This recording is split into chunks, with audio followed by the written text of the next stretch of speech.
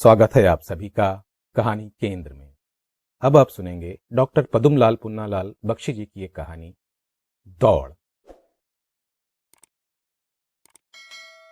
नौगढ़ के टूर्नामेंट की बड़ी तैयारी की गई थी। सारा नगर सुसज्जित था। स्टेशन से लेकर स्कूल तक सड़क के दोनों ओर झंडियां लगाई गई थीं। मोटरें खूब दौड़ रही थीं। टूर्नामेंट में पारितोषिक वितरण के लिए स्वयं कमिश्नर साहब आने वाले थे। इसीलिए शहर के सब अफसर और रईस व्यस्त थे। आज स्कूल के विस्तृत मैदान में दर्शकों की बड़ी भीड़ थी। नगर पालिका के सदस्य, सचिव, अध्यक्ष आदि सभी उपस्थित थे। दर्शकों में सेठों और साहूकारों का भी अभाव न था। हेडमास्टर साहब तो प्रतिष्ठित लोगों का आदर सत्कार करने में लगे हुए थे, पर इधर लड़कों में कुछ दूसरा ही जोश फैला हुआ था। यूं तो कितने ही स्कूलों से लड़के आए थे, पर होड़ दो ही स्कूलों में थी, नौगढ़ और विजयगढ़। विजय लक्ष्मी भी इन्हीं दोनों के बीच में झूल रही थी। कभी वो नौगढ़ की ओर झुकती तो कभी विजयगढ़ की ओर। सभी लड़कों के हृदय धड़क रहे थे। सभी उत्सुक थे कि देखें कौन बाजी मार ले जाता है, ऊंट किस करवट बैठता है। पहले दिन 90 मीटर की दौड़ थी। नौगढ़ के लड़कों ने विजयगढ़ को नीचा दिखा दिया, पर दूसरे दिन विजयगढ़ के लड़कों ने उसकी लाज रख ली। इसी तरह दोनों स्कूलों के नंबर बराबर थे। अब सिर्फ एक दौड़ बच गई थी। विजयमाला उसी के गले में पड़ेगी जो इसमें बढ़ जाएगा। नौगढ़ की ओर से जो लड़का दौड़ने वाला था उसकी उम्र 20 साल थी। नाम था भुवन मोहन। बड़ा तेज दौड़ने वाला था। विजयगढ़ की ओर से एक 17 वर्ष का लड़का खड़ा हुआ। वो दुबला पतला था, पर उसके चेहरे पर बड़ी कांति थी। मास्टर ने उसकी पीठ ठोकी और कहा, अब तुम्हारा ही भरोसा है। लेकिन लड़के ने आंख तक ऊपर नहीं उठाई। मास्टर ने कुछ बातें की। इस पर उसने जब ध्यान नहीं दिया, तब मास्टर ने उसके एक सहपाठी को बुलाकर कहा, देखो जगदानंद चिढ़ गया है, उसे समझाओ। यदि वो प्रसन्नचित्त होकर दौड़े तो मुझे जीत की पूरी आशा है, नहीं तो हम लोगों की हार है। वो विद्यार्थी दौड़ता हुआ जगदानंद के पास गया। उसने जगदानंद से कहा, यूं सिर पकड़कर बैठ जाने से क्या होगा? जगदानंद ने कहा, मेरे पीछे हाथ धोकर क्यों पड़े हो? मोहन से जाकर क्यों नहीं कहते? वो तो मास्टर साहब की नाक का बाल हो रहा है, उसी की 5 उंगलियां घी में हैं। उस विद्यार्थी ने कहा, भाई नाक कट जाएगी। पर जगदानंद चुप रहा। उसने खूब समझाया, पर वो ज्यों का त्यों बना रहा। इतने में भुवन मोहन उधर निकल पड़ा। उसने जगदानंद को देखकर कहा, अच्छा आप हैं। फिर उसने अपने साथी की ओर देखकर व्यंग से कहा, भाई अच्छों से बचकर रहना चाहिए। जगदानंद की आंखें चमक उठी। उसने अपने सहपाठी मित्र से कहा, तुम चिंता मत करो, मैं दौड़ूंगा। दौड़ शुरू हुई।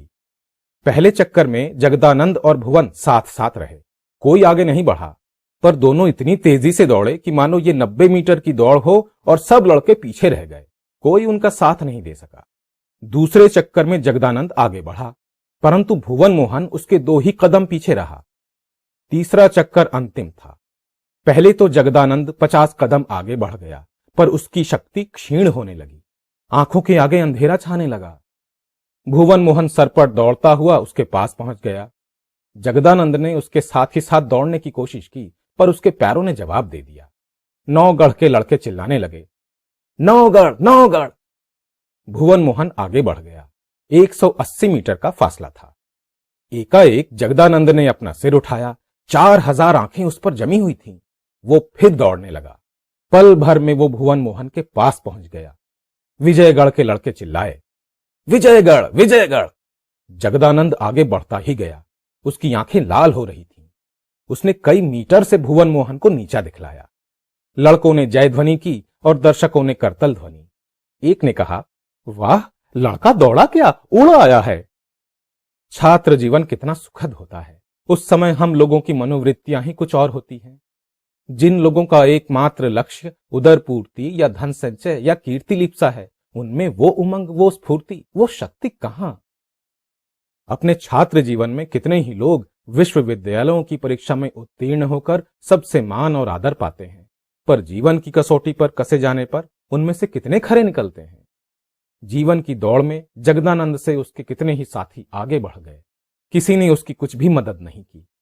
जीवन निर्वाह की चिंता में जगदानंद को गांव-गांव घूमना पड़ा। इधर ऋण का बोझ इतना बढ़ गया कि घर द्वार तक बिक गया। उसकी मां थी और एक छोटा भाई। उसने अपने साहूकार भोंदूमल को खूब समझाया, खूब अनुनय विनय की, पर भोंदूमल ने उसकी एक न सुनी। बड़ी मुश्किल से उसे एक दूसरे गांव में आश्रय मिला।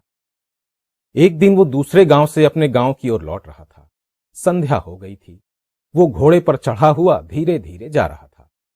रास्ते में एक बड़ा भयानक जंगल पड़ता था। उसमें भेड़ियों का बड़ा डर था। अंधेरा होने के बाद कोई भी उस जंगल को पार करने का साहस नहीं करता था, पर जगदानंद अपनी चिंताओं में डूबा हुआ निर्भय जा रहा था। कुछ दूर जाने के बाद किसी ने उसको पुकारा, ठहरो ठहरो। जगदानंद ने घोड़ा रोक लिया और लौटकर देखा कि एक बुढ़ा जी छोड़कर भागता हुआ चला आ रहा है।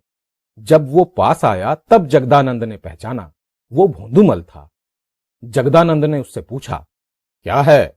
उसने गिड़गिड़ा कर कहा, मेरे प्राण बचाओ, भेड़िए मेरे पीछे पड़े हैं, मुझे घोड़े पर चढ़ा कर ले चलो। क्षण भर के लिए जगदानंद के मन में एक बात आई कि मैं घोड़ा दौड़ाकर भाग जाऊं और ये दुष्ट यहीं अपने दुष्कर्मों का फल भोगे। पर हृदय के भीतर से न जाने किसने उसे रोका। जगदानंद ने उसे घोड़े पर चढ़ा लिया और तेजी से घोड़ा दौड़ाया। घोड़ा थका हुआ था। वो दो आदमियों को लेकर तेजी से नहीं दौड़ सकता था। सोच विचार करने का अवसर नहीं था। जगदानंद ने पल भर में अपना कर्तव्य निश्चित कर लिया। भेड़िए बढ़ते ही आ रहे थे। जगदानंद तुरंत घोड़े से उतर पड़ा। घोड़ा भोंदूमल को लेकर तेजी से चला गया। पल भर में ही अदृश्य हो गया। भेड़िए जब बिल्कुल समीप आ गए तब जगदानंद ने दौड़ने का विचार किया। उसे अपनी पहली दौड़ का स्मरण हो आया। वो दौड़ थी बाजी के लिए और ये है प्राण रक्षा के लिए। जगदानंद ने धोती कस ली। उसने हंसकर कहा, यह मेरी अंतिम दौड़ है, पर मैं तुमसे दौड़ने में किसी प्रकार का लाभ उठाना नहीं चाहता। देखें कौन आगे बढ़ता है। भेड़िए गरजते हुए बिल्कुल उसके समीप आ गए। 3 किलोमीटर तक दौड़ बराबर जारी रही। किसी ने जयध्वनि नहीं की, किसी ने ताली नहीं बजाई। केवल मूक प्रकृति ये दृश्य देखती रही। जगदानंद सब कुछ भूल गया। उसके लिए पृथ्वी अदृश्य हो गई। वो केवल दौड़ता ही चला गया। दूसरे दिन रामपुर के एक किसान ने देखा कि उसके घर के सामने जगदानंद का मृत शरीर पड़ा हुआ है। उसके शरीर पर किसी तरह की चोट नहीं है, पर चेहरे पर अभी तक हंसी झलक रही है। क्या यह विजय की हंसी थी?